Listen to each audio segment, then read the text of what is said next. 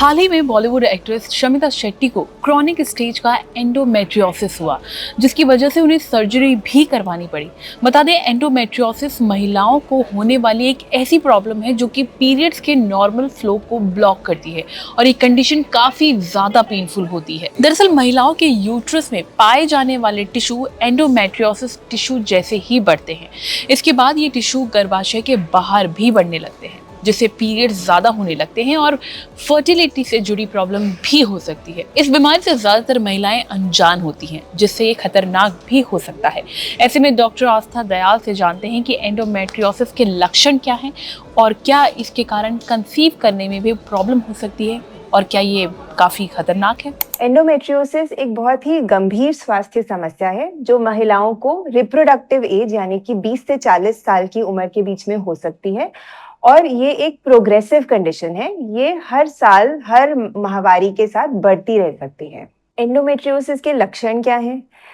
कई बार एंडोमेट्रियोसिस का कोई लक्षण नहीं होता और हमें रूटीन चेक या अल्ट्रासाउंड या सर्जरी के दौरान वो दिखाई देता है, बट कुछ लेडीज में इसके लक्षण होते हैं जो उन्हें काफ़ी परेशान करते हैं।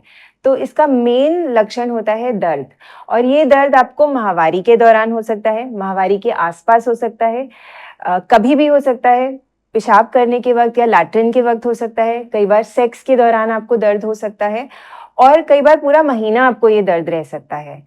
तो इस दर्द की वजह से आपको पेट की गड़बड़ें भी हो सकती हैं, आपको नौशिया हो सकता है, ब्लोटिंग हो सकता है और इसके साथ साथ आपको माहवारी की दिक्कत भी आ सकती है। आपको पीरियड्स हैवी हो सकते हैं, बहुत ज़्यादा ब्लीडिंग हो सकती है, पेनफुल ज़्यादा होते हैं और वो थोड़े लंबे भी चल सकते हैं, आगे पीछे हो सकते हैं। तो ये सब परेशानियां एंडोमेट्रियोसिस के साथ हो सकती हैं। एंडोमेट्रियोसिस के कारण कुछ महिलाओं को प्रेग्नेंट होने में परेशानी हो सकती है और प्रेगनेंसी के दौरान भी उनको कॉम्प्लिकेशंस हो सकते हैं, जैसे कि प्रेगनेंसी में ब्लीडिंग होना या मिसकैरेज का रिस्क होना।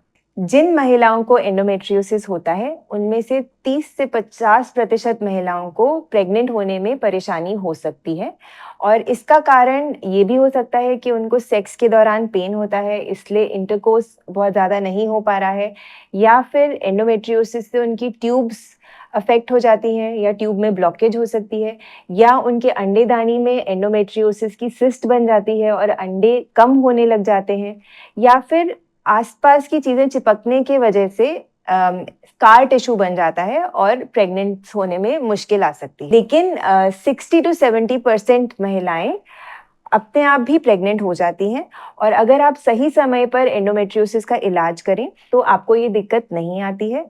और अगर आपको ऐसी परेशानी हो रही है तो इनफर्टिलिटी ट्रीटमेंट्स, जो कि हम दवाइयों से या इलाज जैसे कि IUI, IVF से एंडोमेट्रियोसिस के साथ कोई भी महिला प्रेगनेंसी पा सकती है। ये खतरनाक सिचुएशन नहीं है।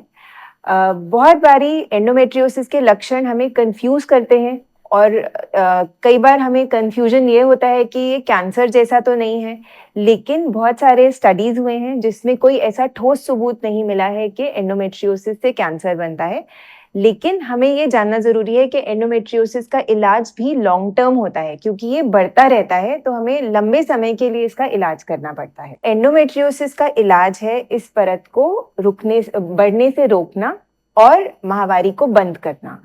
तो जो भी इलाज एंडोमेट्रियोसिस के होते हैं वह उन दवाइयों के साथ किए जाते हैं जिससे माहवारी बंद हो सके या बहुत ही कम हो सके। तो कई बार कुछ लोगों को एंडोमेट्रियोसिस के कोई लक्षण नहीं होते तो उन्हें कोई इलाज की ज़रूरत नहीं है। कुछ लोगों को दर्द के लक्षण होते हैं तो उन्हें हम हार्मोन की दवाइयाँ देके उसको कंट्रोल कर सकते हैं, लेकिन उससे उनकी माहवारी भी बहुत कम हो जाती है या बंद हो जाती है। एक और डिवाइस है जिसको बोलते हैं प्रोजेस्ट्रॉन IUCD, जो हम यूट्रस के अंदर, गर्भाशय के अंदर डाल देते हैं। जैसे कि हम गर्भ निरोधक कॉपर टी का नाम सबने सुना होगा, उसी तरह से ये प्रोजेस्ट्रॉन वाला डिवाइस है जिसको अंदर डाला जा सकता है, जो 5 साल तक आपके गर्भाशय में रहता है और वो एंडोमेट्रियम को उगने नहीं देता है, जिसके साथ आपको बहुत हल्का धब्बे जैसा माहवारी आती है और एंडोमेट्रियोसिस भी कंट्रोल में रहता है। एक और इलाज है, जिन लोगों को प्रेगनेंसी चाहिए होती है उन्हें ये वाले इलाज नहीं काम आते हैं क्योंकि इससे माहवारी बंद हो जाती है, तो उनके लिए सर्जिकल ट्रीटमेंट बेहतर मानी जाती है। उनको इनफर्टिलिटी ट्रीटमेंट्स भी चाहिए होती हैं जैसे कि IUI और IVF, या टेस्ट ट्यूब बेबी, पर सर्जिकल ट्रीटमेंट से भी अगर हम एंडोमेट्रियोसिस को पूरा क्लियर कर दें तो आप आगे चल के एंडोमेट्रियोसिस के लक्षणों से बच सकते हैं। उम्मीद करते हैं हमारी ओर से दी गई जानकारी आपको पसंद आई होगी। कमेंट करके जरूर बताएं और हेल्थ से जुड़ी इस तरह की और भी वीडियोस के लिए लाइक एंड सब्सक्राइब करें healthsite.com।